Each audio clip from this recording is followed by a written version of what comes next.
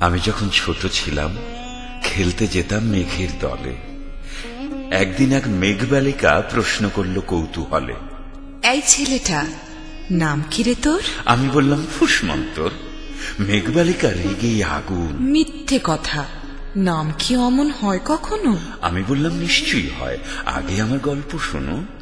সে বলল, শুনবো না, যা। সেই তো রানী, সেই তো রাজা, সেই তো একই ঢাল তলোয়ার, সেই তো একই রাজার কুমার পঙ্খিরাজে।